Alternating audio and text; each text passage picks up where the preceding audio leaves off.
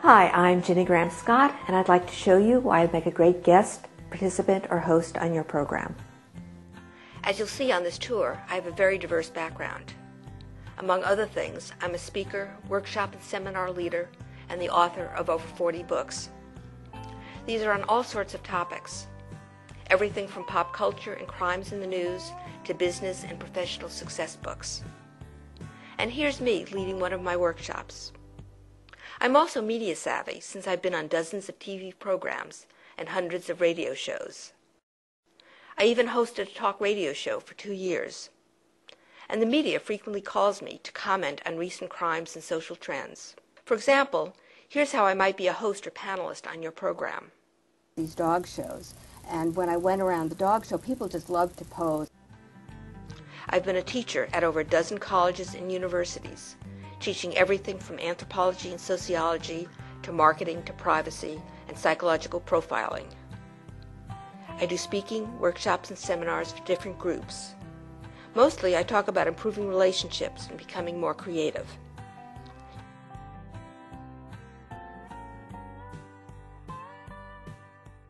So first I want to talk a little bit about how do you become more creative in the workplace.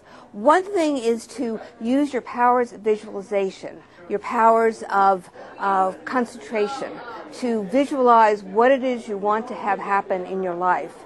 And if you concentrate on that, it'll kind of generate new powers and energies.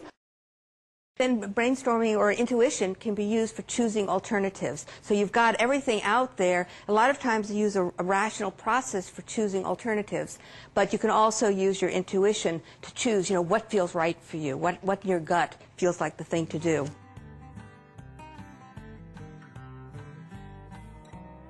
So what I try to do in this book is say, here are different possibilities. This might be a good way to go in this particular situation, but maybe it's not the best way. And it's also a way of getting a discussion going, using the book as a way of having conversations. And if you can relate to a particular story in the book, then you use that as a way of understanding how you can apply it in your own situation.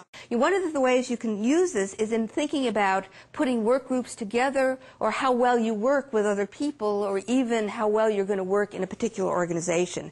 Then brainstorming or intuition can be used for choosing alternatives. So you've got everything out there. A lot of times you use a rational process for choosing alternatives, but you can also use your intuition to choose, what feels right for you, what in your gut feels like the thing to do.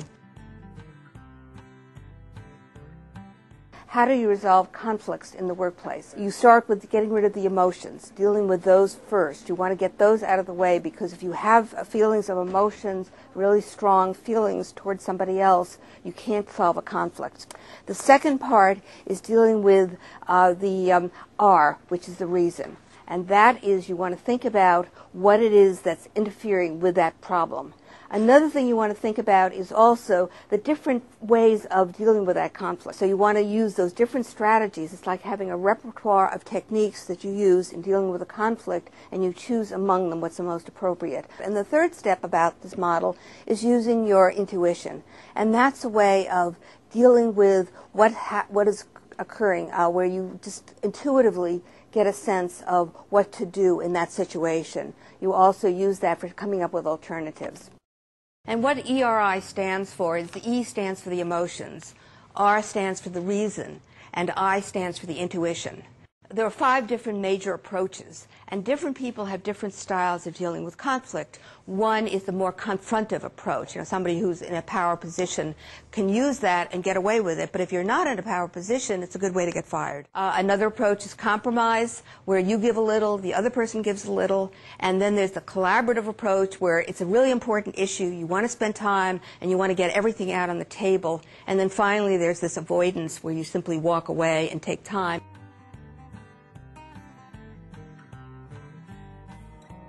This is a model that I developed after interviewing about 24 people who are primarily business and professional people. People have different ethical approaches under different circumstances. So you may have this ethical conflict where you put yourself first, you put your family first. So that's like your personal zone. Then the next zone around you is your family. You get to the workplace, you get to the society as a whole. And people will be different in different situations. Are you more pragmatic in situations, or are you more of a moralist? So the moralist is going to choose what they have been taught is right, whereas the pragmatist is going to look at what is practical in this situation, what's going to work for the most people. And I have a model that I developed. I talk about it in my book. And what you want to do is to think about these different areas of dealing with a conflict and then use those to deal with that particular issue.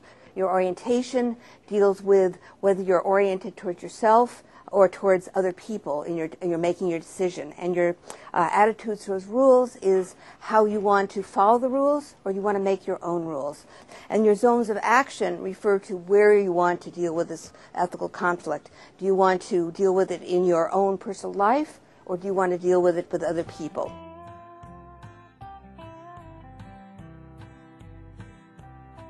There are techniques that I go into in terms of perceiving when somebody is lying to you, when they're being honest or not, and then you decide what it is you want to do about it.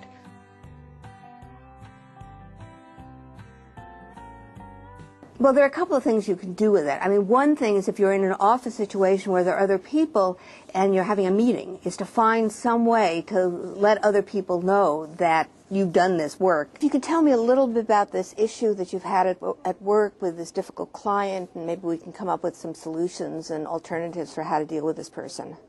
Yeah, okay. Well, they're generally a good client, but they've been no-showing occasionally.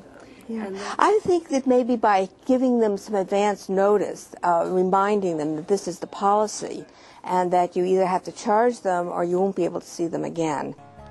I also have set up a dozen businesses, from designing games to connecting writers with publishers and agents and entrepreneurs with venture capitalists.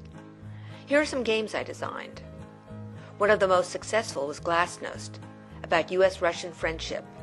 There was even a Glasnost calendar with my photos. And here are some examples of a typical day. I'm working in my office. I'm being interviewed about what I do for a video and TV program. I'm heading off for a meeting in my car, in my favorite color, red. And on the side, I write songs, everything from country and pop to gospel and novelty songs. Truth about the lion, it seems easy to do. Act real cool and no one will know. Well, you can't get there if you're living a lie. It'll pull you down no matter how you try. 'Cause I'm a nighttime man in a daytime job, so it's sure hard to get ahead. I get to work and it feels like night, 'cause I'd sure like to go to bed. Some say take this job and shove it, but not me. I want a job. I want a job. I'm also great at coming up with ideas and thinking on my feet. So as you can see, I'd make an interesting guest, participant, or host on your show. I'm diverse, creative, exciting, and fun. For more information about me, you can visit my websites. I have more than 20 for my various books and projects. And see lots more about me at jinnygramscott.com, or contact me through my company at Changemakers.